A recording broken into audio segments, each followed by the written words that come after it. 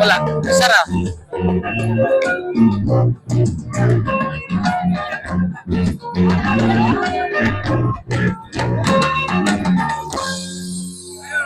Kaliwala sa kainit sa panahon mga katuropa, ubay-ubay nga mga Valencianos o kasikbit nga mga lungsod o kasyudad aga misalmot aron saksyan ang ipahigayon nga Gakit na festival dinhi sa may Pulangi River mga katuropa, dinhi sa may Riverside Boulevard, Batangan mga katuropa.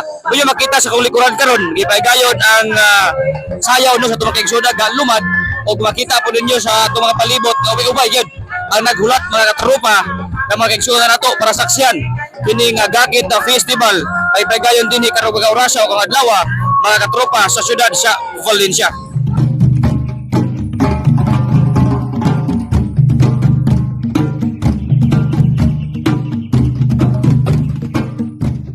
So mga katropa, miabot na ron diri no ang una nga Gakit mga katropa nagikan dito sa may sugod o karon paduol na diri o kato makita mga tropa kadaghan kay mga tao nga nakasaksi taliwala sa kainit sa panahon. So kini mo ni ang pinaka first no ang BCLA mga katropa I think clan ni siya, possible nga clan ni siya mga tropa kining naguna no nagunang Gakit mga tropa.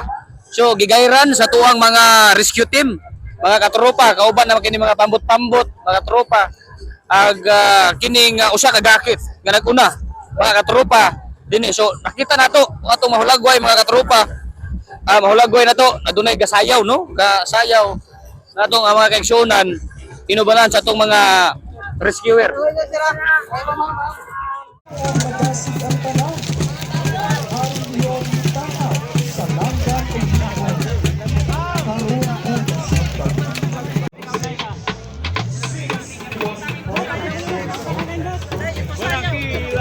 So mga katropa, ito pong mahinabi karon ato ang former mayor dahil sa Ciudad Valencia, Sir John Galario mga katropa. E naging karon mismo no, mi salmot yun. Ning ipahigayon nga Gakit Festival dinhi sa may Valencia mga katropa, particular sa may Pulangi River. Sir John, maayo ga adlaw Sir John. Amang adlaw usab labi na sa inyong radio station 101.7 XFM o sa tanan katawan nga niya sa atong palibot.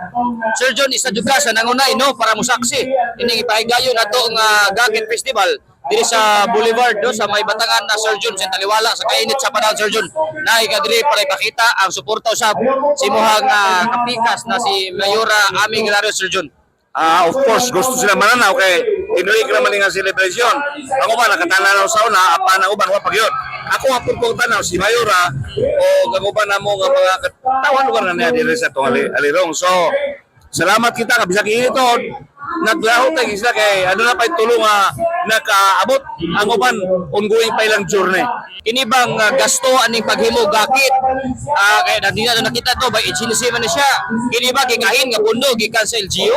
Ano na kita gay ni sobra sa milyon para kita mapalawig nato ang Panginoon sa tungutawan kay usa man ka organisasyon nga legal adto na ordinal siya nini o ang atong mga katawan pod labi sa atong sanggunian di per gusto nga sila mo gasto ang atong mga ang atong mga organizer may mga sponsors and then city moy dako nga kibaligain ang inaskuntan nimo nga usa ka milyon Sir John.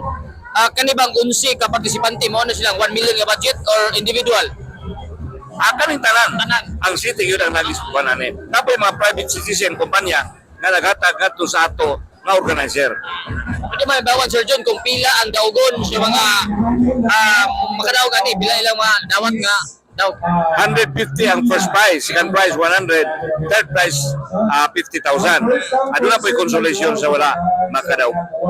So kini mo ni ang ikatulo no nga higayon nga Gakit Festival sa administrasyon sa Galario is first time. First time man first time. So Sir John, usa pa may lauman sa tumagay igsuon kaya tulasayran din nga dili lang Valencianos ang nakaron mga kasigbit nga lungso at syudad na dili karon para saksihan kini nga mao nga kalingawan. Sa sunod nga kuan panahon ato pa rin palambo na paydugang nga activities nini kay para mo nga mabibo ang atong Gakit Festival. So pwede masayran Sir John kung unsa gid ang buot pasabot ani nga Gakit Festival. Mao kini ang transportation panahon sa mga 1950s Kaya wala may sakyanan, kaya kanin pulagi, wala pa may bridge. So muna mo transport sa mga pasahero o sa ilang mga lagutmon, mga uban pagkaon gikan diri na pita. So gihatagan og kinabuhi ang kaniadto Sir John pinaagi ni pasilibrar ining Gakit Festival. Oh, gitagang yung importansya. Pinagi sa pag-organize sa mga karaan ng mga tao na din gipangunahan sa mga Labinya family o gan nagpadayong kiniisip paglantaw balik sa mga pangitabo nitong mga 1950s. Okay. Sir John, imuhan na lang panawagan no or siya doon na pa kaidugang labi na sa to mga viewers sa atog XFM Bukidnon Facebook page. Diling dapit na pila ka tuig gikaron mapalambo ka na natong mga kakawayan diya himo na tong tourism spot limpyon ka na nato butangan nato Boulevard yung dapita sa Plankton Tour Palawan nato kay himo po nato siya nga attraction for nga area sa tourism kini at pang dili ka na diya dapita unahan Uban possible sir mga next year ma-develop na hinay. mga 2027 siguro okay karos 28 26 na plus naman ang budget. Sir John, parting statement. Mga kaigsunan, sa sunod tuig na po, padayon ka mo sa paglantaw din sa itong kaliukan, andin sa niya karon nga makiwalo, photo pinisipit sa 25 ang atong kaliukan sa Gakit Festival. Salamat Sir John. Salamat po.